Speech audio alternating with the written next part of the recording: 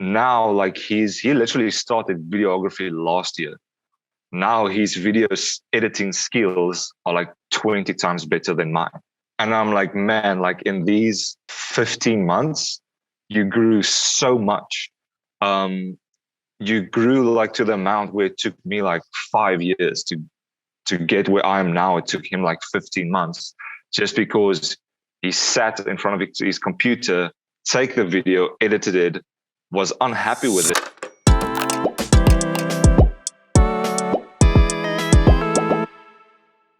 Hey man, it's so nice to have you on. Thanks for hopping on to chat for a little bit. Just hop right into it. If you can just introduce yourself, the type of work you do, that kind of thing, and then we can go from there. Man, thank you for inviting me. Super cool to be here. My name is Louis. I am a videographer, photographer, content creator, if you want to call it that, from Cape Town. And yeah, this is what I do full time. So yeah, now we're just sitting here on a Zoom meeting. Nice, awesome, man. I did obviously notice you've got a bunch of backdrops and lights and stuff in the background there. Are you at a studio or do you have a little home setup going there? No, this is my father's space. So he's a preacher and he does a lot of TV work for TV channels and stuff. And he does like these daily recordings, and all of these cameras and stuff in the back, and these backdrops here is his. And that's also, and he's been doing this for basically my entire life. And that's also a big reason why I got into videography. Oh, okay, cool. And work-wise, are you working for someone or just freelancing, finding clients that you can find, that type of thing? At the moment, I'm freelancing full time. The beginning, I did work for a studio production company, but because of COVID, they had to let a lot of people go, and they had like 5 videographers. Okay. So they had to like choose between who's the most available, who's the cheapest, and all those things. Mm-hmm. And unfortunately, I was one of the ones that had to go. So, okay. Yeah, that happened to so many people, and I want to try and not bring this up in every single podcast, but it's just been happening because so much has happened over last year that's been tough for like the creative industry and people trying to find video work, because obviously not being able to go outside or see other people, that's like the main thing with photo or video is other people. So it's been tough, but yeah, it's cool. So how's work been this year then with freelance and stuff? I must say I'm very blessed, especially during lockdown when it was so intense and we weren't allowed to leave our houses and all those things, because the moment they start allowing like bands to perform, I got invited to do some gimbal work. So I had work throughout lockdown, which was very nice. But this year I've been shooting mostly weddings, which it was terrible last year since the weddings got like canceled and all those things. But now like all of the sudden we have to catch up on those weddings. So I find myself shooting like 2 weddings a weekend, which is a lot of work, but at least it's something. So I must say, so far, I mean, we're only not even halfway through the year, work has been very, very good. And I'm very happy for that. Well, that's awesome. That's really cool. Weddings, I feel like I mean, obviously last year excluded, but I feel like weddings has always been kind of that thing that there will always be people getting married. There's always people having weddings and stuff. So it's a pretty cool thing to get into. That stress of weddings is just a lot for me. I can't deal with that. Yeah, I found an easy way around it. Is to not book your own weddings.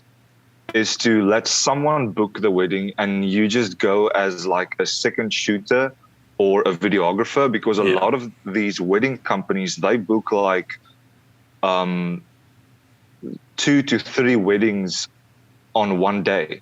So they need more than one team. So you just go for the day, you shoot, you give them the footage, and you go and you get paid. So it's like easy. You work for like 8 to 10 hours, which is not that much. And then you just get paid, and you don't have to worry about talking to the client. You don't have to worry about the files and all those things. You just go, shoot, deliver, and you're gone. That does sound pretty good, because you don't have the stress of, I'm the main person that has to get everything, otherwise it's a mess up, or the edit, or dealing with the client. That's all the main stresses. So that sounds like a pretty good workaround that you found there. Yeah, obviously you're not going to get as much money, but the moment you get paid, that, like, think of it like this: the more money, the more work, the more responsibility. So I would rather do like half the work, with weddings, of course, and then just get paid that amount. And I don't have to work for like the entire week or 2 weeks. I only work for one day, but I'm only getting paid for that one day. But the people that does like the entire planning and all those things, they work for like 2 weeks just for that one wedding, with the editing and then back and forth and chatting with the couple and all those things. So, and if you want to do that, it's fine, but then you won't be able to have the time to actually do different types of shoots. You'll only be in the wedding industry. So through this way, I find myself, I'm in the wedding industry, I'm in the fitness industry, I'm in the modeling industry. Like, I can do a lot of different things because I'm not taking all my time in just one of the fields, you can say. Yeah. It keeps things quite interesting, because you're not just doing the same thing over and over and over. And I have the same thing, the company that I'm working for, because they do like commercials, and, well, not like TV commercials, but like adverts for companies that you'd show on social media and all of that kind of thing. So like each project I've done, none of them are the same. Like, it's all like adventure stuff or product stuff and whatever other stuff. So I like that type of work, because it doesn't feel like I'm sitting down doing the exact same thing every single day. So that's really cool. Yeah, also, if you think, like, I don't know exactly what you exactly what you do in that company, but imagine you had to do all the planning, all the chatting back and forth with the client, and all those things. It's going to take a lot of time from your time. Obviously, you'll get paid more, but it's going to take so much time to do all those things. There is going to be a point where you're going to get tired of those things as well. Yeah, like I said, I don't know exactly what you do. Do there. No, yeah, I do talk to the clients, because I edit videos, so I do have the bit of back and forth. But generally, planning the videos and stuff, my boss does that. So he'll plan out sometimes I get a bit of free reign, but majorly I do go out to shoots, but like 80% of my job so far has been editing. So generally they'll plan the video, go out, shoot it, and then I'll get the footage, kind of put it together. And then I do have the back and forth with the client, because obviously I'm editing it, so I get the feedback and that kind of thing. But it's still not everything all together, which is definitely nice. Yeah, that's also a thing, like, because there's a team involved. Because if you were to do everything, it's going to take so much time. You'll only be able to do like 1 or 2 projects a month, because it's going to take all of your time.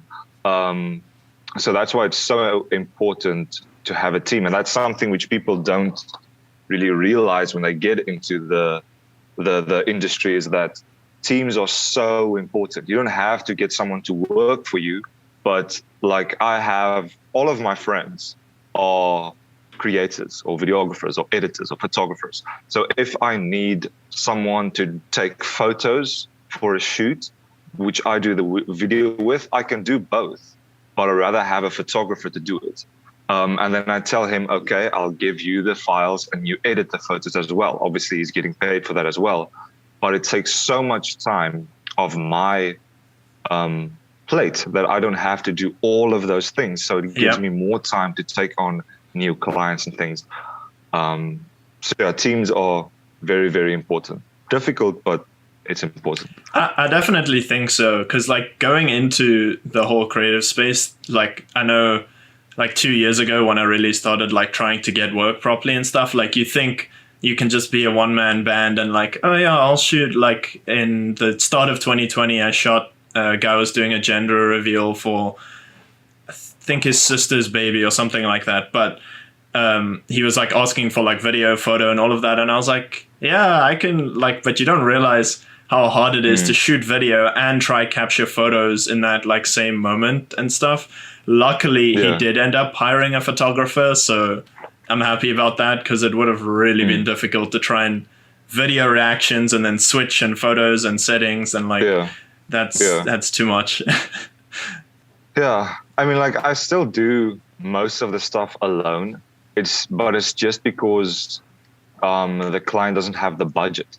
So I go to them and I would say, okay, but if you guys want photos and videos, there's two ways we can do it. Is either it's gonna double the time of the shoot because I have to do everything twice. So be prepared to slap an extra 4 hours onto that shoot.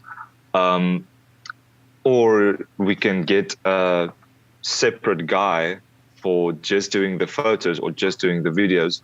But it always comes down to them either not having the money to pay someone, or they prefer me to do the videos and the photos because they prefer my style. And now if they get someone else, it's be like, yeah, we're not sure if we're gonna get what we want.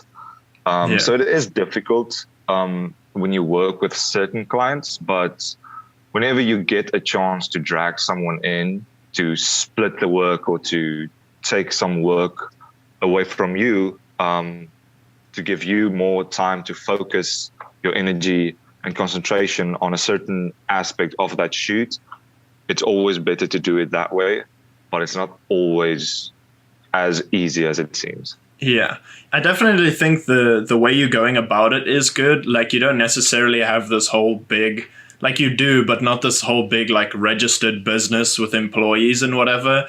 But you still kind of have this like team of people that you call on for helping you out, which I think is a good way. Yeah. It's almost like having a community of everyone is freelance, but I hire you to help me with my freelance project type of thing. I think that's a really good way to go about it, because you don't necessarily have to go through the whole hire employees and an accountant and everything else to deal with everything. You can still be freelance and pick your own clients and everything, but just get the help when you need it type thing, which I think, like you said, is really, really important. And people don't realize it. I mean, even in like the YouTube creator space, you hear people talking about it all the time. Like if you want to be like the big people, they all end up hiring editors or videographers or whatever, because they can't be doing everything and editing it and putting it out if you want to do it like every single week or every day like some people do or whatever. Yeah, it is. And at the end of the day, it's you like, if I look back like 5 years ago, I was the only one I know that was doing what I was doing. Obviously there were people I just didn't know they were there. So the moment I connected with these different people, I got more jobs and gigs and stuff, because the moment you give them work, they give work to you back. So it's basically like the one hand is washing the other or feeding the other. So like all of these people, like I would just get a random message being like, hey, I have like this huge music video. I just need a behind the scenes photographer. Then we're like, okay, cool. I'll be there. And at the end of the day, you meet so many new people and contacts and networking and all of these things. So there's so much more you get from it than just like a few extra money or an extra shoot or whatever. I definitely think. Sorry. Yeah, that's also the that's also the good thing about having freelancers instead of having people working for you, because now you get people. If people work for you, they're not technically. If you keep them busy, they're not going to do other shoots where they're going to invite you from. So you're only going to do shoots which is based from your contacts or your networking. So the moment you use other freelancers, you can get into their networking and their contacts as well, which I think is a good thing. Obviously, not stealing their clients or stealing their contacts. Yes, of course. But there is always someone that's going to need, if your friend is a videographer and you are a photographer or a set designer or a makeup artist, they're always going to need someone there's always going to be someone from that shoot, which is in the future is also going to need like a makeup artist or something. So you never know. Yeah, networking is huge in the creative industry. Like, people underestimate, like, especially in Cape Town, because Cape Town is very small, I find, smaller than people think. Yeah. Like, if you know someone or you do a job for someone, the likelihood of running into those people again or the people you did the work for is pretty high. And then they know you, or like, you know, like building contacts and stuff. Networking is a big deal in the creative space because it's the easiest way to get work is through word of mouth. Like, it's just the best way to go about it. Like you said, making new friends, and then if they need people, they hire you, and then if you need people again, then you end up hiring them, and it just keeps snowballing. Yeah.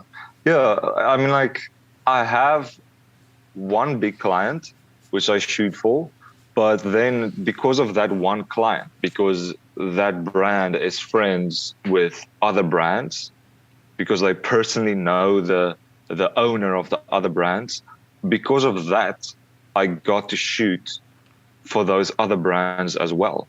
And it's not just a one-time shoot, it's they come back again and again and again. And that wouldn't have been possible if I didn't start shooting for that one client.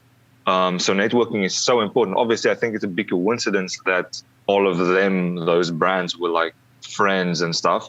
But also at the end of the day, it's like I showed up, I gave them what they want, I had a good attitude. Even on days where you don't feel like having a good attitude, but you just show up and be friendly, and that helps with them. If one of the other brands be like, hey, I need a photographer for my product or something, they'll be like, oh, I know this guy is a very cool guy. So also when it comes to going to a shoot, like we go back to like, okay, I'm a photographer doing BTS for a music video. If you're there and just being like, oh, I'm just here taking photos, I don't really want to be here, blah, blah, blah, the people aren't going to notice that you're there. They're not going to care. They're going to think, who's this guy just like being all like grumpy and stuff.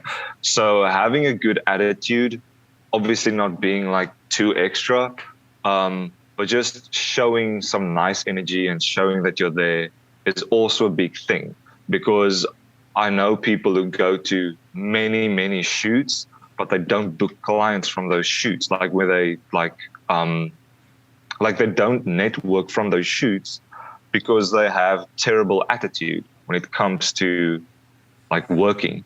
So I think attitude is also one of the most important things when it comes to this industry.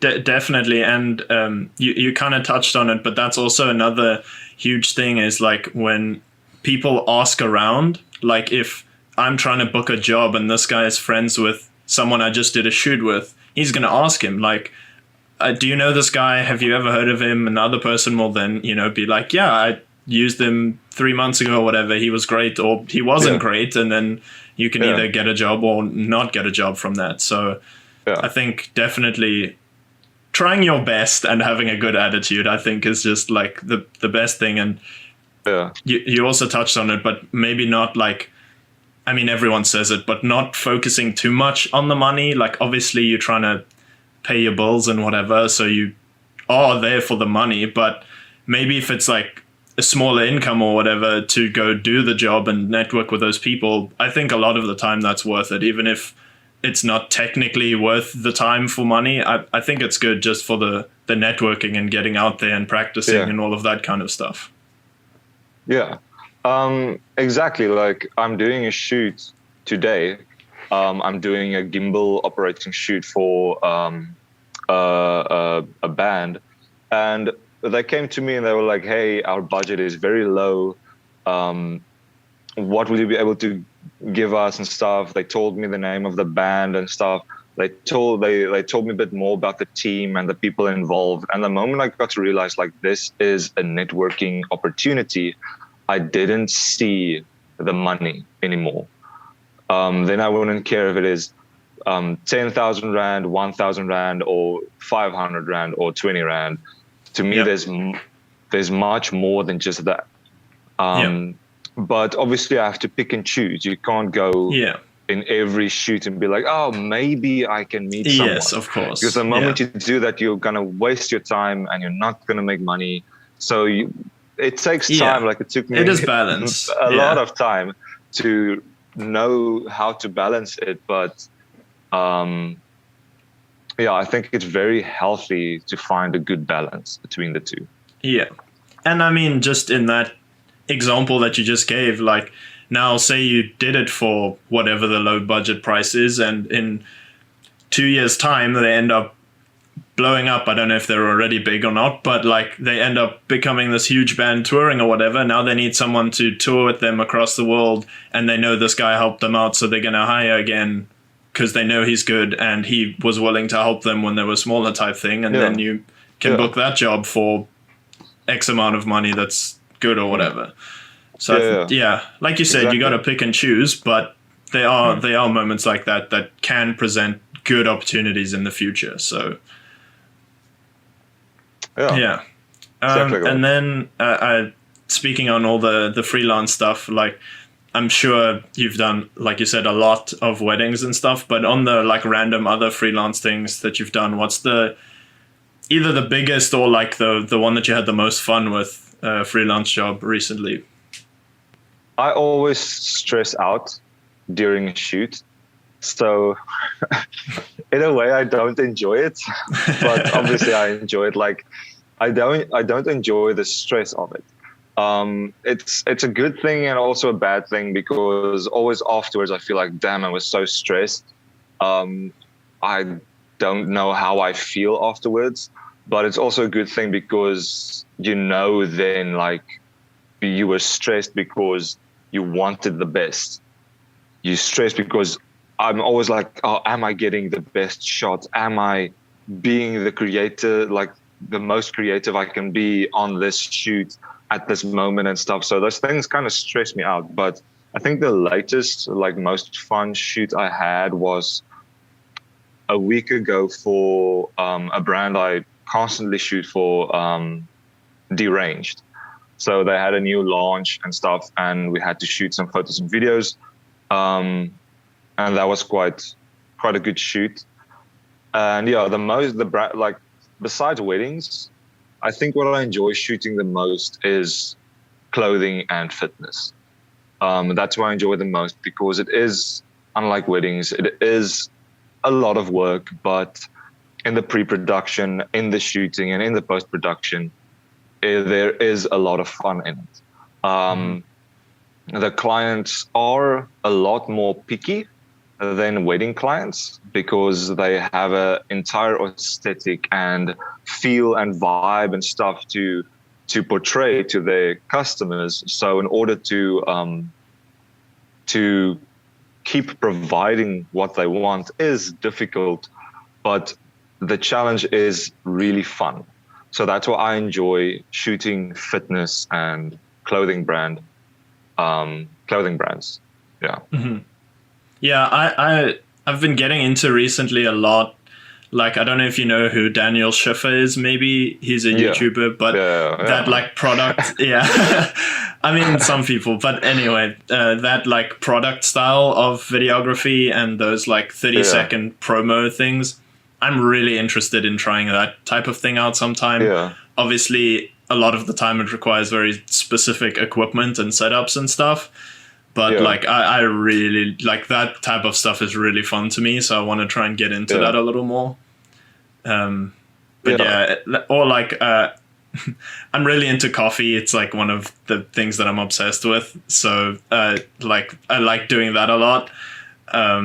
It was literally like when I left college, I studied for a year, and when I left college, they wrote on my, like, I guess you can call it like a report but it was just like their like feedback for the year or whatever. They said like, don't make another coffee video unless you're being paid for it. Because I had just done it so many times during the year. Oh, that's cool, man. But it's a lot of fun. I just thought of it because I saw on your your media page recently posted a little coffee video. So I was like, I like that. Yeah. I mean, like all creatives, like videographers or photographers, we are addicted to coffee. I mean, like, yeah. I don't think I've ever met like a videographer that doesn't drink too much coffee. Like, yeah, I have like this one weirdo that's like, no, I only drink rooibos. I'm like, shut up, man. You're not really a videographer. You just drink rooibos. No, I'm just joking. But yeah, the video you're talking about, like a few people come to me like, oh, how did you shoot this and stuff? I downloaded it from ArtGrid. Nice. You know, like ArtGrid, the stock footage site. So I just downloaded it from there, and I think like this is something just like this extra thing which I want to touch on is like ArtGrid is expensive, but there was this point when I was like, am I gonna pay for 1 year of ArtGrid, and what am I gonna do with like if I get it? Because I mean, like, I'm not like some production company that needs stock footage for a documentary or something. So the fun thing about ArtGrid, this sounds like an ArtGrid ad. Sponsorship. I'll try and draw. I'll send them a clip to their email, see if they do anything with it. Is they instead of just like one clip of like someone making coffee, it's the entire shoot. You can download the entire shoot. So what I did was I got a subscription and downloaded like 35 shoots. And then I just started editing them. Like every day, I just started editing and editing and editing and editing and editing. I don't post every one of them, but then after like a year, I could drastically see my editing skills improve. Because I mean, like, where am I just gonna get like every day a new shoot to edit? There aren't that much clients like coming over my page or booking me. Yeah. So literally just paying that amount, and people are like, oh, but it's expensive. Like, yeah, but the results I got from that small amount, it's a small price to pay. It's a lot of money, but a small price to pay for the results I'm getting now. Yeah. So it's just something I wanted to touch on. Is like, I constantly every day for 1 hour just edited and edited and edited, and it's cliche, but practice makes perfect. I know a friend who also started doing weddings, and he literally takes one wedding and edits it, gives it to the client, but then takes that footage again and edit that wedding like 5 times. Mm-hmm. And then now, like, he literally started videography last year. Now his video editing skills are like 20 times better than mine, because he would take the same project and just edit it over and over and over and over again. And I'm like, man, like in these like 15 months, you grew so much. You grew like to the amount where it took me like 5 years to get where I am now. It took him like 15 months, just because he sat in front of his computer, take the video, edited it, was unhappy with it, and then did it again and again and again and again until he became happy with it. So yeah, I think that's also a very strong thing. Obviously, I don't have the time to do that, but it's something so important, which I think people should definitely try out, is to, after doing a shoot, don't just edit, give it to the client and forget about it. Edit it, use a different song, try different techniques, try different editing styles. Let's see if you flip everything around or make it slow motion, see what works and doesn't work. Like just experiment until you become better in that space or field. Yeah, definitely. It is really important, like you said, like to keep practicing, and people like underestimate. I think I've said underestimate like 50 times in this conversation, but like people really don't think about like just taking an hour, or even if you only have 5 minutes in between work or whatever to practice that thing you want to get better at, it will make a difference. And it really is just doing the thing, getting that, again, the cliche like 10,000 hours or whatever, just putting that time in. And it's a thing people say a lot in the creative space, like it's better to make 100 videos that are maybe not that good and you've done it 100 times over than working on one video for 5 weeks or whatever and then it's like really good. But the making the 100 videos, you've got more practice on different things and making yourself better type thing. Something like I always come across like quotes and videos and stuff on Instagram and social media, and I'm like, oh, I'm going to remember this for the rest of my life, and then the next day I forget about it.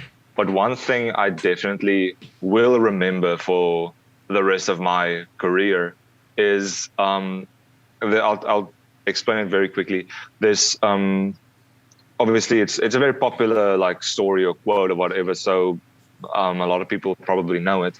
But it's that thing about like in an art school, the professor told half of the class to make one pot, like very beautiful, but that can only make one pot or picture or whatever. There's like different versions, but let's say pot. That's the one I read. So, and then they'll be judged on that one pot they made. But the other half of the class, they will be judged or given points to how many pots they make throughout the year. It can be beautiful, it can be ugly, as long as it's a pot. And they have like, so if you have like 1,000, you get 100%. If you have like 800, you get 80%. So, and then at the end of the year, they took the final pot of every student, and the half of the class that needed to make 1,000 pots or as much pots as possible, their final pots were way better than the students that only had to make one beautiful pot. And to me, that's like, because I also like know people that's like, oh no, like I have like one shoot and I try to make that shoot like so perfect and stuff. And then it takes him like 2 months to complete it. And I'm like, yeah, but in those 2 months, you could have done like 10 shoots or 10 edits.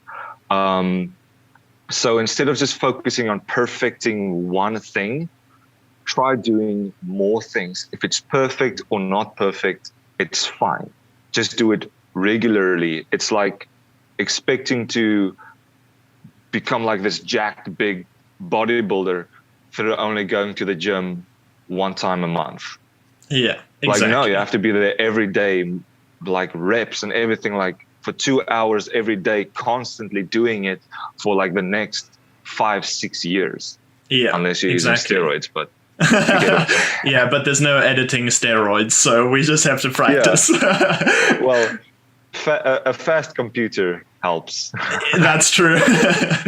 No, but definitely that example of the art students making pots is literally what I was thinking about when I was talking about the 100 videos versus one. Like it's a thing that stuck with me too, because it just makes so much sense. Like there's another like quote or whatever you want to call it that's just done is better than perfect, and that's just the short line that I always like to keep with me. It's so true. It just is. It's better to finish a couple things than to try and, I mean, even with this, like I was like, okay, but before I start doing the podcast, I should save up and buy like proper lights and like maybe like rent a studio space and like get much better mics. And I was like, you know what? It's never going to be perfect the first time around. It's never going to be great. So let me just start making episodes. If I can just make each episode like 1% better than the last one, then it's great. Then by the time I get to 100, it'll be awesome, and whatever happens in between then happens. But just starting is the best way to get better at it. So Yeah. Yeah. And I mean, here we are. So Yeah. Yeah, exactly. yeah, man. And then I just want to move on from that into what you like to shoot and edit on. I've only, you mean like software stuff, Uh, like. Camera you shoot on, and yeah, editing software. Okay, so I've the most. Well, let me just think for a moment. Because I've shot with different brands of cameras before, but currently my favorite is the camera I'm having now is the Fujifilm X-T4. Just because it's a hybrid camera, so you literally like switch one flip, like flip one switch, and then you have it's a photo camera. Then you flip it back, it's a video camera. And unlike the other brands, you have to like constantly change the settings between photo and video. This one remembers your photo settings and remember your video settings separately, which is a very big thing for me. So shooting for a brand that asks for photos and videos, I can easily like use my gimbal, flip to video, take a few shots, take it off the gimbal, flip to photo, and immediately go into photos. So instead of having to be there like, I have to change the sharpness and all of these. So that's why I like the camera. And because it shoots 4K 50 frames per second. The other brands only got into that recently, like this year or last year. The Fujifilm cameras did that for like the past 3 years. I think Sony only got into it like this year or last year, which is kind of like insane. But yeah, then I enjoy shooting all my gimbal stuff. I have the DJI Ronin S2. The only reason I got that is because my previous one like just decided everything is going to be like this now, so couldn't use it anymore. Then software-wise, I'm an Adobe fan. I tried doing like the entire DaVinci Resolve thing, but to me it's like, yeah, it's perfect for color grading and stuff, and like, yeah, it's like this and this and this, but I don't want to start like an entire argument about it. But to me, it's like at the end of the day, what am I creating? Am I creating a short film or a Marvel movie, or just something that's going to pop up on a brand's Instagram reel? Because if it's just an Instagram reel, I'm not going to spend so much time going into like all these nodes and color grading and color correction and stuff. I just have my LUTs and my presets. I throw it over. I mean, like I do shoot correctly, like you expose correctly and your colors and stuff is already there. So I don't have to sit and like fix my exposure and white balance and all those things. So it's literally just slap on my LUT, my conversion LUT, then my color, like basic, just my look, my LUT, and then it's just the basic tweaks. And so I don't feel like I need like this like fancy color grading software. But yeah, I don't use Adobe like Photoshop that much. It's just Lightroom and Premiere Pro. Oh, cool. Yeah, I also use all of the Adobe stuff. It's what works the best for me. Like in college, they actually taught us and we edited with Resolve.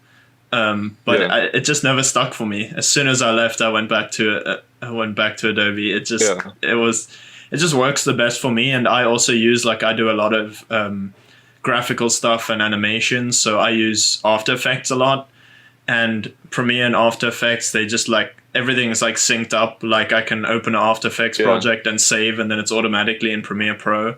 Same goes for, I mean, you said you don't use Photoshop a lot, but like if I'm editing in Lightroom, changing colors or whatever, and I'm like, oh my gosh, there's a street lamp that I really don't want there or whatever, I can right click, go into Photoshop, remove it, save, and it's saved in Lightroom, can carry on going or whatever. The integrations is just, it's so easy for me.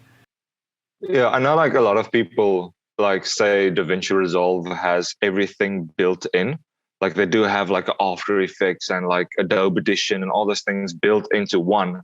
But through my experience, those things aren't the same. It's like having an SUV and a racing car built into one. It's not going to be a great SUV and it's not going to be a great racing car. But I feel like with Adobe, you can quickly, because I use Adobe Edition so much, because of like audio and music and stuff. So just right clicking, edit in Adobe Edition, I go there and I have an entire, it's basically like having a button in your car, like in your SUV, and pressing it and it physically turns into a Formula One racing car. I mean, like, that's how I feel like when I'm using Adobe. And then you have all the settings and everything from one of like a very good audio editing software program or whatever app or whatever you want to call it. While with DaVinci, it's like, yeah, it's there, it's good, but you don't have as much options like you have with Adobe when you use After Effects or Audition. Yeah, it's been the best for me. And I've also tried Final Cut before, and I guess it's just also a knowledge thing. I've always used Premiere Pro, but I can't get into anything else. And thankfully, when I started working at this company, they all use Adobe, so I didn't have to, like, I wasn't forced into learning something else. So that was great. The person that we recently hired, she was using Final Cut before and had to switch to Premiere when she started working with us. So I don't envy that, because that must suck, like starting completely over basically. Yeah. But yeah, I mean, I dig all the Adobe stuff, so easy. At work, we shoot with Sony, and at the moment for all of my stuff, I shoot with a Canon camera, but it was just I like Canon, just the holding of a Canon camera and how it works and stuff. But at the time, it was actually just the cheapest one that shoots 4K, it shoots 100 frames, like it does all the things, and I like it. So I was like, cool, I'll get that. And then obviously I know work uses Sony for the dynamic range, like it shoots really well at night and it shoots 120 and it shoots 4K, all of that stuff, and S-Log and all of that kind of thing. So I know that's why they got Sony's. But I mean, at this point, technology's, it's come so far that it's not really like this one's better than the other one. It's just which one's the best for you type thing. Because they're all good cameras. It's personal preference at the end of the day. Like you said, it's the technology, you can't see the difference. Like if you go to these things like on YouTube and be like, oh, Fuji versus Sony, then you get the video and there's like these small differences, which is like if you show that to the naked eye, to someone who doesn't know this, like the difference between the two cameras, they won't care and they won't know the difference. Yeah, exactly.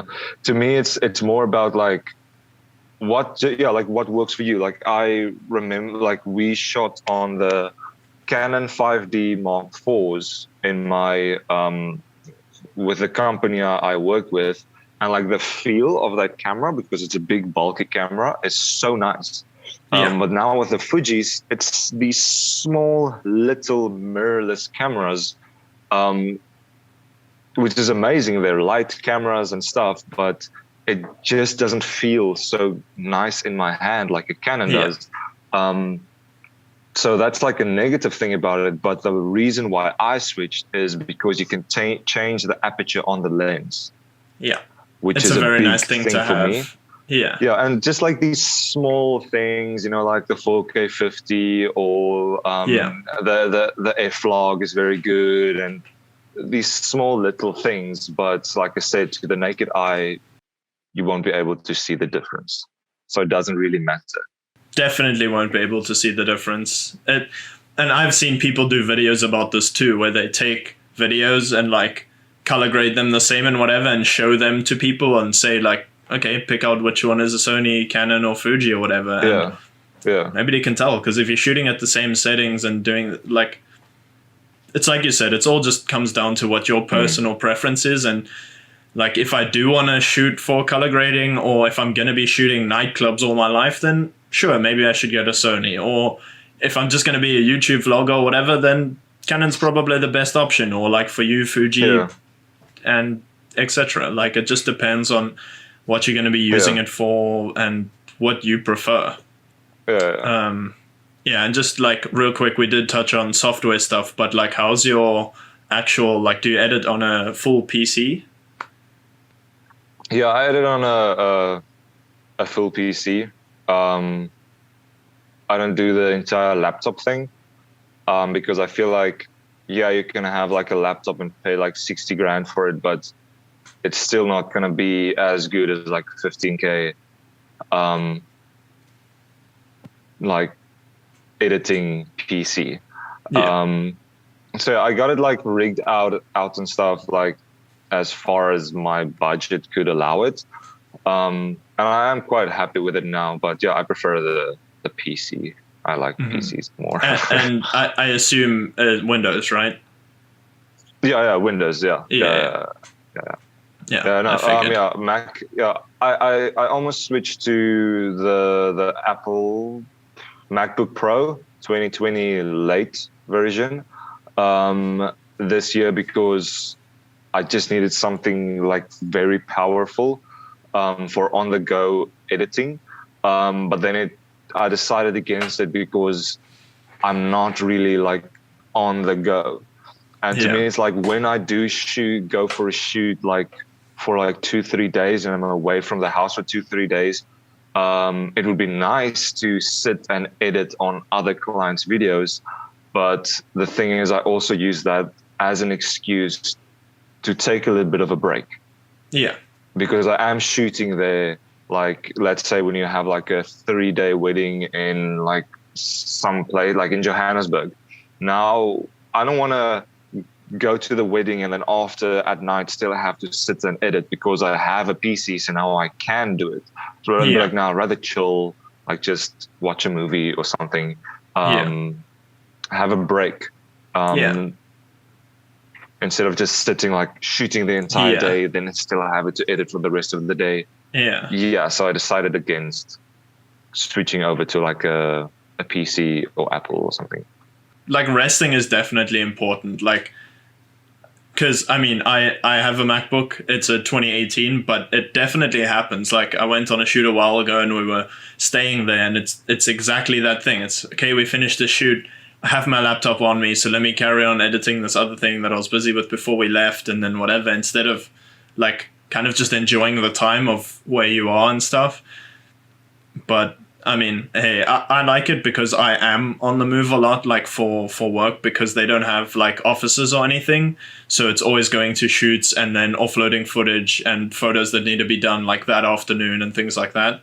So it was very useful for me. And I plan to, once everything seems to settle down, I do plan to try and travel a bit. So then it's nice to not have to try and stick a PC in a Pelican case or something and fly with it.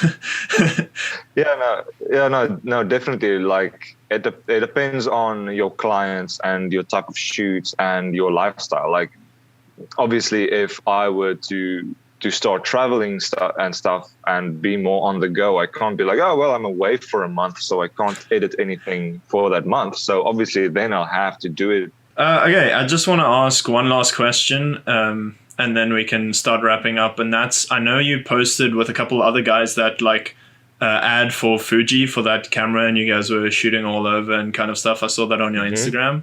Was that like, did you actually work with Fuji on that? Yes. They asked us to do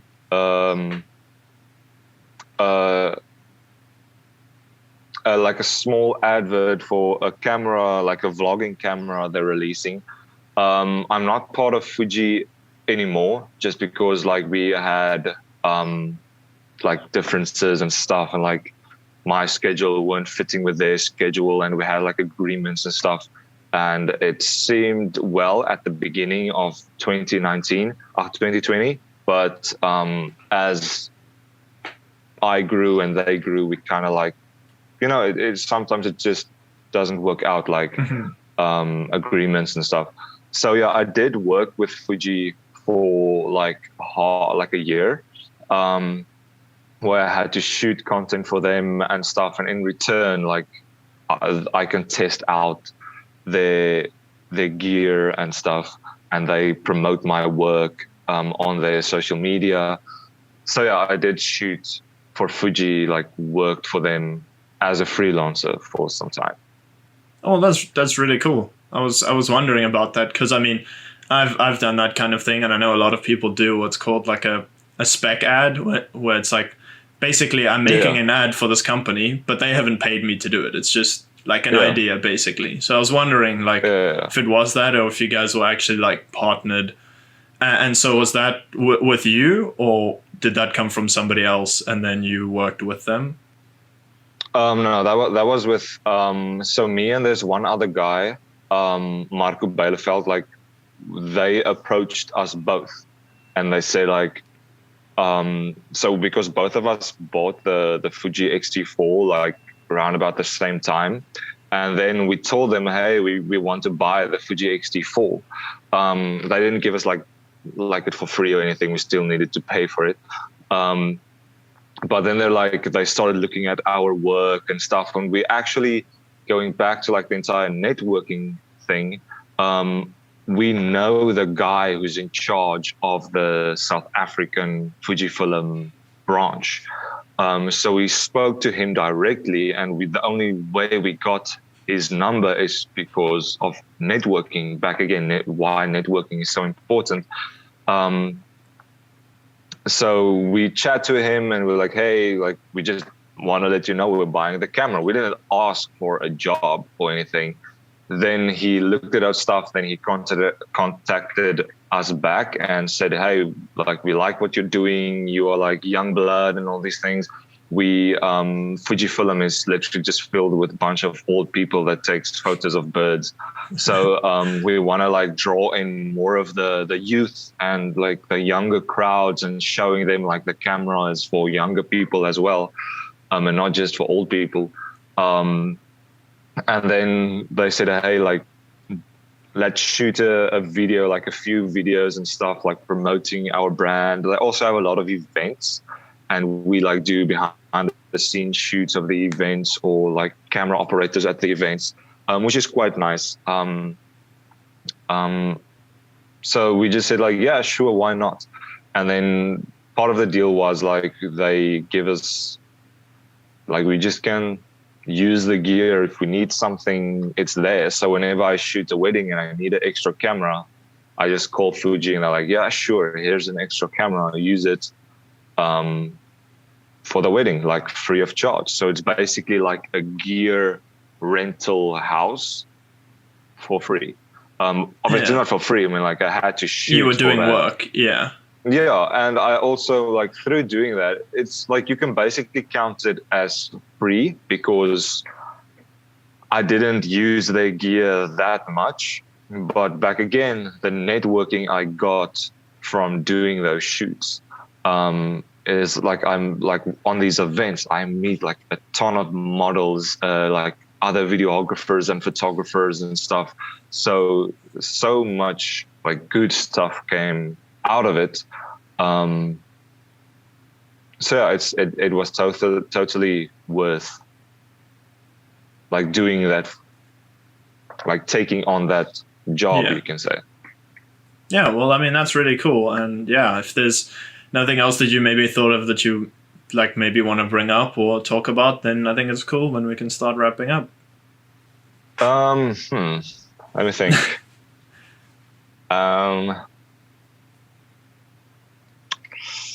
Otherwise, if there's just maybe something that you have coming up, if don't know if you plan on rolling anything else on YouTube, I'll have stuff at the end here for you. Anything you want to talk about? I'm just thinking on like a final thing which I can mention. No, I don't think I got anything now. That's perfect. But yeah, like I said, I'll have all the things below. But cool. Otherwise, I'll just say thanks to everyone that's listening or watching on YouTube or wherever you may be consuming this. Thanks for joining and sitting down for the last hour No or however problem. long. It was cool No to problem. chat. And yeah, thanks everyone. Do all the usual things. Subscribe if you're on YouTube. Subscribe if you're on whichever audio platform so that you don't miss the upcoming episodes. And then I'll see you in the next one.